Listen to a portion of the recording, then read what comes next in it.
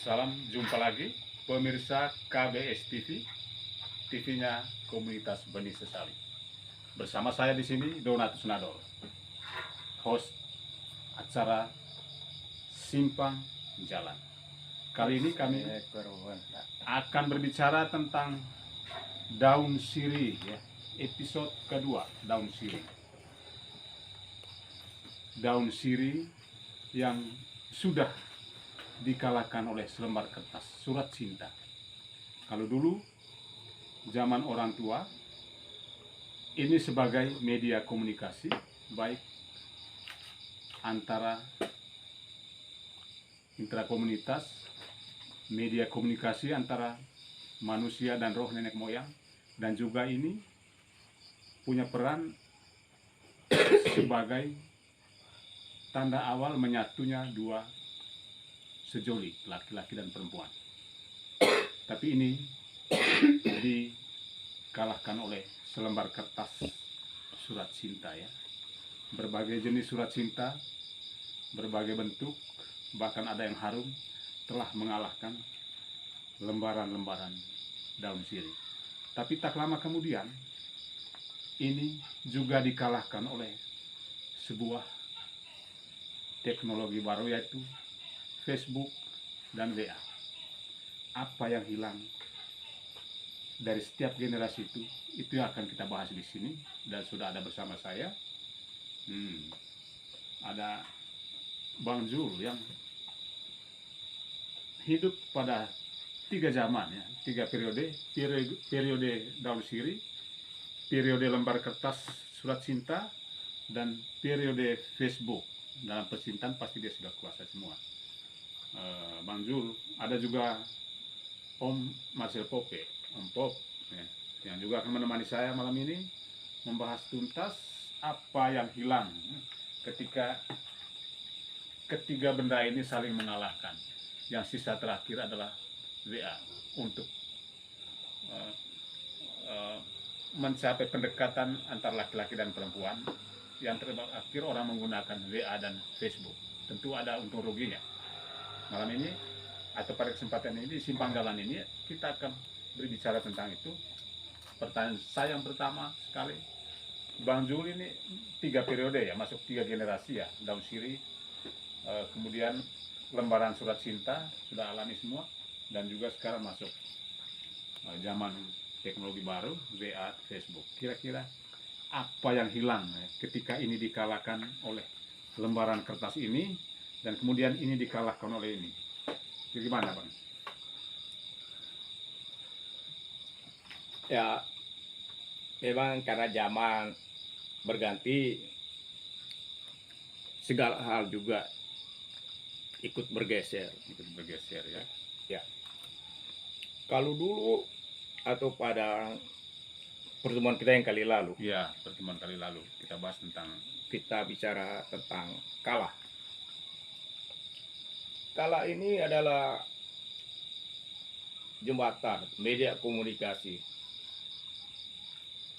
Bagaimana komunikasi sesama warga, dan juga komunikasi antara yang hidup dengan keluarga kita atau leluhur kita yang udah berada di alam yang lain. Tetapi bukan itu yang akan kita bicarakan, tapi bagaimana kala itu digeser oleh surat cinta, ya, lebih-lebih, ya. surat cinta ya. Tetapi ada satu hal yang penting, Bung Donat. Kala ini diciptakan dan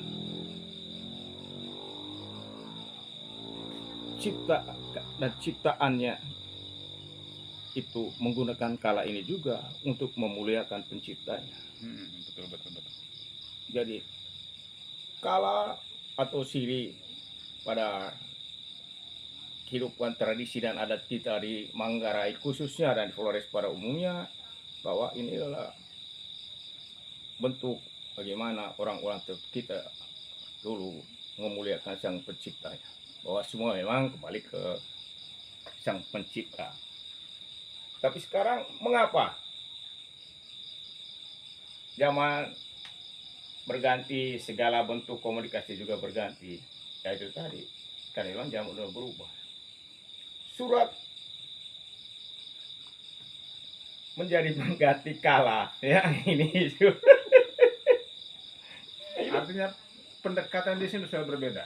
Kalau Sudah dulu, berbeda, dulu pendekatannya mendekati mertua dengan mengirim kala. sepeku kala ya, atau sebungkus Ya. kala. Dia mendekati orang tuanya, bapak dan ibunya dengan Mbak Korani dan kala merah ya. Ya, Tapi setelah itu dia menggunakannya, artinya dia sudah berjarak dengan si calon mertua. Dia bertindak langsung atau pendekatan langsung dengan si sasaran Ya. tadi ya, cewek. dengan Itu objek yang di. objek yang disasar gitu. Nah, Dan tapi sebenarnya kalau ini kita, lebih kurang ada pada zaman Bang Julio sendiri. Kira-kira ya, ceritanya gimana?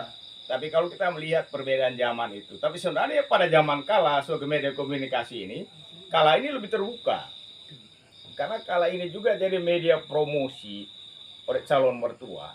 Jika mereka kongko-kongko dengan tetangganya, karena saran utamanya apa, kan mereka harus nginang. Sambil Sambil ngobrol ngomong, bertanya, itu hai calamanga kalah, oh mahal ku kalah, ada kalah saya ada bagus. Nah, pada saat itulah mereka bercerita, oh bagus sekali kalahnya ini, belinya di mana? Dia akan menjawab, bukan saya yang beli tapi bukan saya yang beli, tapi ada yang kirim.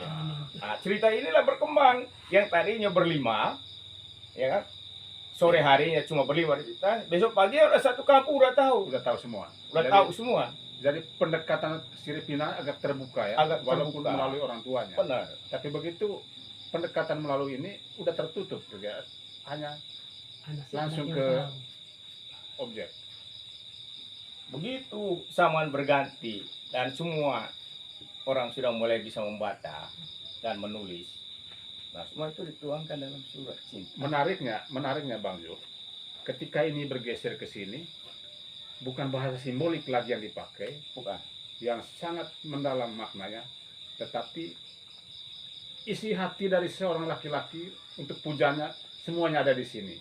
Mungkin pernah membaca Robin Surat Cinta atau gimana Bang?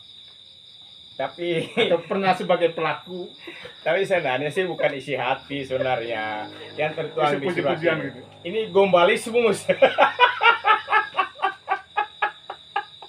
Ini gombalisme, satu gombalisme dari sang Arjuna kepada sang kekasihnya. Di situ dia tuangkan semua bagaimana kerinduannya, keinginan itu bertemu. Dan ini sangat tertutup sifatnya. Sangat tertutup. Nah, tidak seperti kala. Zaman kala sangat terbuka dan semua orang Tertutup tahu. dengan sebuah amplop khusus ya. di samping Yang ada tertutup warnanya. karena memang dia dengan tertutup karena memang komunikasinya cuma dua arah, ya kan? Di samping juga itu menyampaikan juga dalam bentuk tertutup, dalam bentuk amplop, dan disampaikan juga dalam bentuk rahasia juga. Jadi tidak boleh orang lain yang tahu. Nah itu bedanya. Nah, bahwa kala komunikasinya sangat terbuka dan media sebagai media promosi, sedangkan surat sangat tertutup sangat tertutup dan sangat rahasia. Nah, dan menyingkirkan ibu dari pendekatan itu ya. itu persoalannya. Ada konflik nggak? Ada konflik nggak ketika orang tua tiba-tiba mengetahui anaknya berpacaran dengan si A si B dan lain. Ada nggak konflik kira-kira yang abang lihat? Oh ya, udah pasti. Karena bersifat rahasia dan tertutup, pasti konflik ada di sana. Misalnya seorang ibu yang ketemu ini surat cinta ini, Ibunya Kan tahu sembunyi-sembunyi itu. atau bapaknya tahu, wih ada surat cinta terselip di bawah bantal, ya kan? Ya nggak apa-apa ya. Betul itu. nah kalau Om Pope kira-kira bagaimana pengalaman dengan, karena saya lihat semua masuk pada generasi surat menyurat. Oh iya. Oh, iya. Saya sedikit ini Kalau orang ini beda menyimak dengan ya dari bahasa saya punya teman satu ini, banyak pengalaman, terutama masalah adanya mengerendeng kala itu. Ini benar-benar kala sebenarnya istimewa sekali. Saya akan tambah sedikit, istimewa. Kenapa? Pendekatan yang paling murni itu melalui kala sebenarnya itu. Murni ya. Murni sekali. Kenapa? Si Arjuna mendapat sang kekasih ini harusnya melalui anak, melalui orang Melalui tua. orang tuanya dulu. Harus orang tua. Seharusnya itu seperti itu. Tapi perubahannya zaman, seperti kata teman saya ini, surat mengalahkan kalah. itu dia tadi ada perbedaan besar di dalamnya itu. Hmm. Kenapa? Karena di sini zaman ini saya rasa benar merusak benar-benar perubahan zaman ini. Masalah dengan surat cinta ini. Ya termasuk yang mungkin tidak semua orang terbuka ya. Karena memang punya nama masing-masing. Hmm. Tapi kita ini harus jujur. Harus jujur sebenarnya itu. Dan harus terbuka. Di satu sisi surat ini benar-benar saya pribadi juga pernah mengalami hal seperti ini. Tapi zaman cinta monyet waktu itu. Sampai dia cinta ibaratnya kita sampai ke esa Allah. Jadi intinya Om Pope pernah menggunakan kertas ini Pernah menggunakan untuk kertas. menyampaikan isian. Saya juga pernah mendengar dan pernah melihat kalau surat cinta itu dikatakan sangat rahasia dan tapi akan dibungkus dengan sebuah amplop yang bagus. Betul. Dan surat itu sendiri khusus untuk surat cinta, bahkan ada yang bergambar hati ya, hati yang ditikam oleh panah. Apa artinya? Ya mungkin si panah ini panah dari Arjuna, bahwa hati Arjuna yang berharap menembus hati si kekasih itu. Tetapi itu fakta yang kita sudah lewat ya. Tidak lama kemudian ini udah nggak kelihatan lagi, bahkan di toko-toko surat-surat cinta hampir jarang dilihat ya. Semua orang pakai komunikasi langsung dengan WA dan Facebook, dan tentu juga ada untung ruginya. Bahkan ketika ini sudah dipegang, tidak ada basa-basi lagi, langsung ketemu langsung. Apakah Bang Zul pernah melihat ketika mana yang lebih bagus ya, lebih beradab antara generasi daun sirih, selembar kertas dan WA? Kalau yang saya lihat, yang terakhir ini sangat brutal. Ketika si laki-laki bisa menipu si cowok di sini, memasang wajah ganteng, kemudian janjian ketemu, dan sampai di sana yang lain muncul, tapi si pujaan hatinya ini mau lari sudah dalam jarak dekat dengan dia, dan di sini kerap terjadi masalah besar. Kira-kira menurut abang itu gimana itu? Apa memang sesuatu memang yang berbahaya di zaman sekarang ini ketika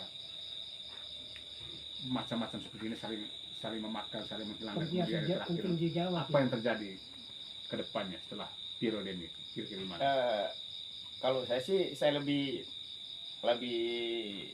tertarik kan, lebih suka dengan jembatan informasi masih menggunakan sirih pinang. Ya, karena pada saat itu semua orang jujur dan terbuka. Nah, pada saat orang menggunakan surat untuk menyampaikan isi hatinya, karena itu bukan bukti keseriusannya, beda dengan kala pinang itu bukti keseriusan bahwa yang dia mau membuat istri sang perempuan ya dikirimin kala. Tetapi seperti ini hanya seperti yang saya katakan, ini bentuk gombalisme. Itu kan, atau gombalisasi bahasanya Si siapa itu. Nah, ini surat. Dan sebenarnya acara tipu-tipu juga pada zaman surat menyurat ini sudah ada. Tipunya gimana ya? Bukan seperti beda media. Kalau media sekarang orang bisa seperti tadi Bung katakan, ya kan, di sini orang tampang wacana, tapi di surat juga orang banyak korban juga ya dengan surat. Karena itu tadi tergantung siapa yang membawa surat itu, dan dia bercerita orang yang mengirim surat ini begini. Nah ceritanya itu berkembang. Nah, banyak juga korban. Bahkan ada yang tidak tahu menulis surat, tapi menyuruh orang lain menulis surat. Ketika ada Ada balasan, suruh orang lain baca itu. Nah, itu di situ juga. Ada apa surat? Oh ya. Apa isinya? Isinya beda dengan tulis. Isinya beda dengan apa yang disampaikan sang pembaca. Itu juga tipu tak. Itu juga tipu tak. Dia bilang kau cantik sekali dan dilihat kamu sangat romantis, ya kan? Nah, karena dia tidak bisa membaca, besoknya tanya tetangganya. Kebetulan yang bertanya ini namanya Romana. Ditanya, apa dia bilang itu romantis? Dia bilang Romana tebet tindis. Ngamuk lah dia. Ya kan? Zaman dulu Jadi dia setrika itu pleset ya, romanan. jadi romantis itu yang itu dia bikin cerita baru lagi. Itu singkatan dari apa itu? Romana Tebetinis. Itu laki-laki kurang ajar, dia tahu kalau kamu tidak bisa nyetrika baju. Ya gitu loh. Ya. Jadi setrikanya rutin des ya. Itu juga padahal kira seperti itu ceritanya. Itu soal tipu-tipu di zaman surat juga sudah ada. Itu. Berarti yang murni yang tidak tipu-tipu itu dalam sini. Dan si Ini yang kala lebih itu. murni. Lebih murni. Jika Anda berani mengirim sembako kala ke pihak orang tua perempuan, Tanggung jawab. Berarti serius ya. Anda punya keseriusan dan orang tua Anda siap-siap untuk datang. Kan seperti itu. Nah, kalau ini tidak, orang udah mulai bisa membaca, ya kan, udah mulai Mungkin bisa karena itu menulis. maka dia tertutup ya. Dia tertutup. Iya, makanya kan sangat tertutup seperti yang Bung katakan. Dan saya curiga juga Bung berpengalaman dengan foto-foto apa sampu-sampu segala macam gitu kan. Nah, Amplop lah. gitu. Kalau saya tidak pernah, saya tidak pernah berkirim surat cinta-cinta, tapi sering perempuan-perempuan kirim surat. Nah, ya begitulah, kita balas ya balas, kalau tidak ya akhirnya kita diputusin juga. Karena dulu waktu mudanya saya juga suka gombal-gombal aja, gitu.